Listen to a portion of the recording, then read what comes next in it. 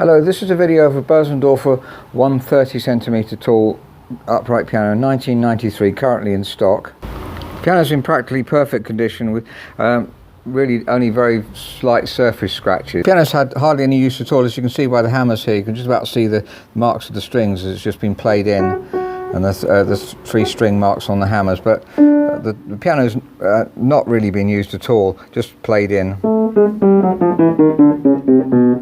You can hear the tone, very rich, very warm, an extremely good bass. Bosendorfer strings are very high tension and very thick strings, and it gives a really rich sound.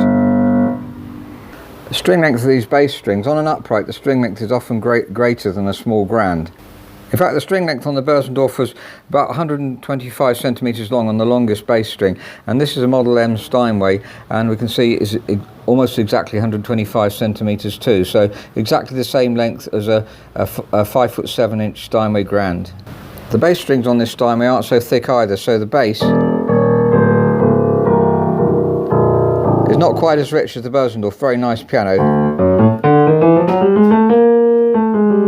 Very beautiful piano. This is a fully restored Steinway grand. Let's compare that again to the Bosendorfer. See how thick the strings are there.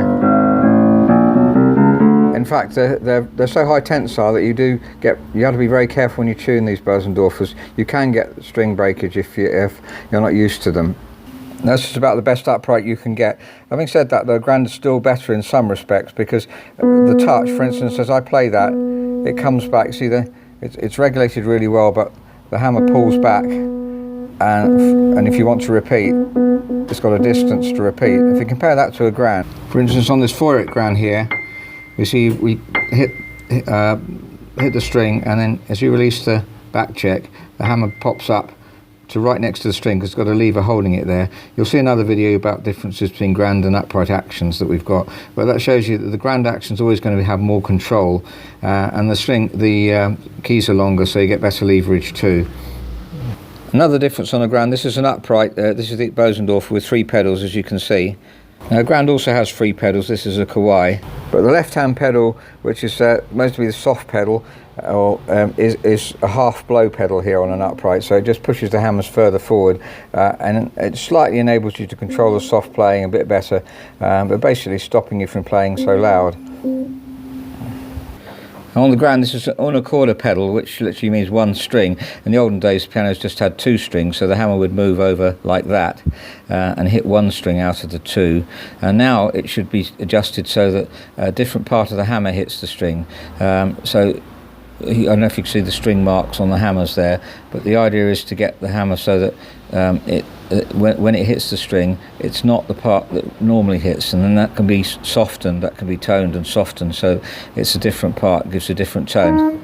You can hear slightly more biting sound there, so that's an advantage of a grand too. So if you're really serious professional, it's best to get a grand if you can. Having said that, about the best upright you can get is this Bösendorfer. There's one other aspect that I didn't mention between grands and uprights, and that is that the dampers are quite a long way down on I'll show you what I mean. The hammer's hitting there, the damper's below it and shutting off below it. Whereas on a grand, you've got the damper almost above the hammer, so you obviously can't do that on an upright, and so you get a better cut off. Having said that, the dampers here on this Bosendorfer are very long at the break point. Look at the damper there. There's the damper. Compare that to this Knight here. You see the difference? There's the damper, much shorter. Having said that, the Knights are excellent pianos, and the damping goes right up to C here, which is unusual. Only Steinway does that. The Bosendorfer damping doesn't go so far. Having said that, most pianos go up to this is F. This is further than most pianos, which will go up to about E or D sharp. So that's pretty good damping as well. Actually, there's so many features about this piano I could mention. The agraffs here, individual agraffs, is really, really helpful. It gets the strings exactly in the right line. Much better for tuning, much better for holding the tuning. This Knight is a typical upright piano with just a pressure bar. Having said that, Knights are really amazing design pianos and have no break point here in the treble. Now this piano's got 3 pedals, and a lot of top quality uprights, you get a sostenuto pedal as the middle pedal, but this one's retained the practice pedal, which you get on a lot of uprights, which is really useful. Putting a felt between the hammer and the strings. I think actually it's more useful on an upright than the sostenuto. Here's a 4-hit grand with the sostenuto, which you get on the majority of grand pianos, by far the majority of modern grand pianos. But really, it's not that much used and hardly any music written for it. Certainly professionals that I've talked to either never use it or extremely rarely use it. So I think really, although this is a great feature and really nice to have, it's probably better on an upright to have the Celeste rail. Another really useful feature about this Bosendorfer is it has a lot of legroom at 65.5 centimetres.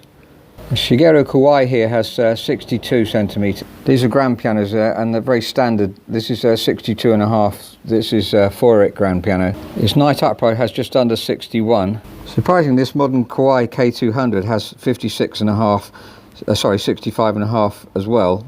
Another surprise is this older Welmar, which has actually 66 centimetres. That's the winner. So if you're a tall person, it's really useful having this extra legroom, and I'd really like to send a message out to all grand piano makers for what it's worth, that it would be great if grand pianos had slightly more legroom. I have got another video showing that we do increase grand piano legroom by putting glass caster cups under the casters, which increases the legroom by 1 inch. That's about 2.5 centimetres. But it does mean also modifying the pedals so that they're not too high. So that's a Bösendorfer 130 upright piano, 1993. Superb instrument and many features. I hope I haven't gone on too long for you if you're just interested in this piano, but I wanted to compare it with grands and so on to help make a choice. But beautiful tone. It's really up in the top end of upright pianos.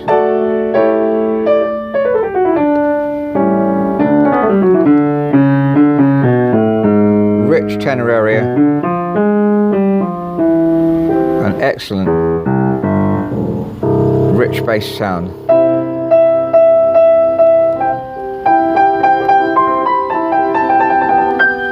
And singing treble.